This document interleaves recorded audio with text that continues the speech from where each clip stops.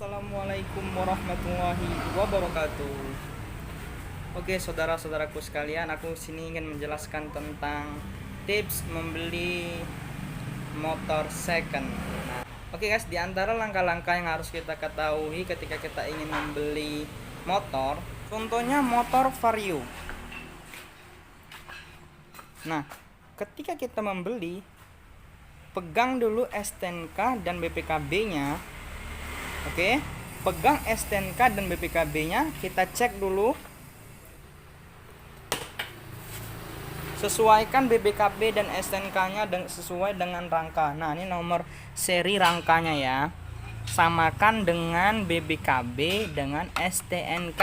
Nah, ketika Anda menemukan keganjalan, berarti di BPKB atau di STNK tidak sesuai nomornya dengan yang ada di nomor rangka di motor ini, berarti ada bermasalah di surat-suratnya. Nah, ketika Anda begitu, lebih baik Anda menghindari atau Anda tidak membeli barang tersebut, karena biasanya hal begitu STNK atau BPKB yang dibuat, guys.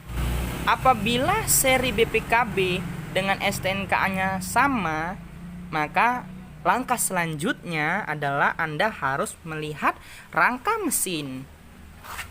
Nih guys, mana rangka mesin? Nah, ini dia rangka mesin, guys.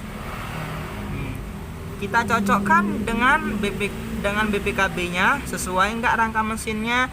Kalau sesuai, oke. Kalau tidak sesuai, berarti ada masalah dalam surat-suratnya, itu ada masalah gitu. Gitu ya guys, kita harus menyamakan BPKB, STNK dengan nomor seri-seri di dalamnya ya. Nomor seri mesin, seri rangka, kita harus samakan itu semuanya. Langkah selanjutnya guys, apakah ada kebocoran dari mesinnya? Contohnya biasanya oli-oli yang bocor ataupun rembes yang akibat packingnya itu tidak rapat. Nah, bisa jadi gitu guys. Kita harus memeriksa itu juga terlebih dahulu.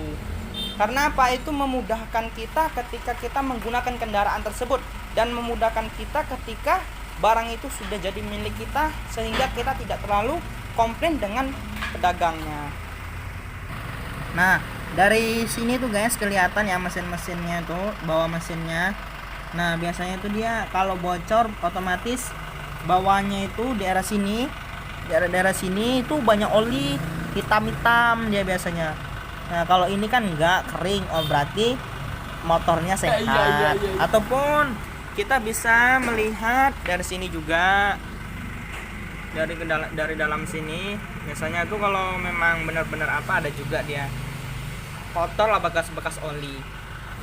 Oke, langkah selanjutnya guys, kita harus melihat ya. Kita coba starter, apakah motor ini dia ngebul atau tidak. Nah, kita coba ya guys.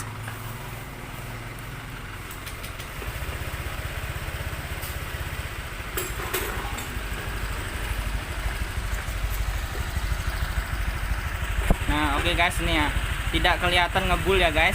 Kita juga bisa mencium dari bau aroma knalpot. Ketika sudah tidak bagus ya mesinnya, itu kelihatan baunya itu bau banget. Tapi ketika kita mengetahui mesin itu masih bagus tuh gampang guys, masih tercium harum ya, tidak ada kita tambahin apa-apa, masih kelihatan mesinnya itu bagus. Itu kelihatan dari aromanya aja kelihatan, tanda oh ini mesin itu bagus. Selanjutnya Anda harus mengetahui mesin ini apakah kasar atau tidak. Nah, otomatis ketika kasar, otomatis ada kerusakan di mesinnya ataupun ada yang harus diperbaikin. Kita harus mengerti apakah ini mesinnya kasar, apakah ini halus. Nah, itu kita yang rasakan sendiri. Nah, coba kita dengar ya guys.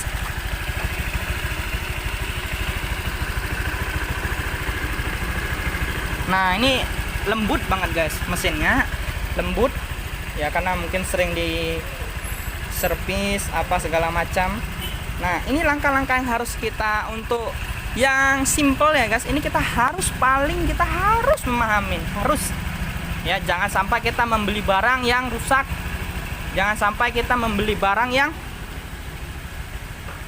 baru kita pakai beberapa hari tiba-tiba udah rusak. Langkah selanjutnya, kita bisa melihat kilometer. Jika Anda tidak suka motor ini terlalu digunakan untuk perjalanan jauh atau apa, Anda bisa melihat dari kilometernya. Nah, kalau kita melihat dari sini, ini motor saya emang untuk motor jalan jauh lah, lumayan lah, tapi nggak terlalu jauh-jauh amat karena emang motor harian sering digunakan. Guys, intinya ketika Anda ingin membeli motor second, Anda harus melihat rangka batangannya ya guys, nomor rangka mesinnya itu Anda harus samakan sesuai dengan BPKB dan SNK. Oke, itu yang pertama, yang paling pertama. Yang kedua, Anda harus melihat apakah mesin tersebut suaranya kasar atau lembut. Karena apa? Ketika emang udah kasar, otomatis kan banyak perbaikan.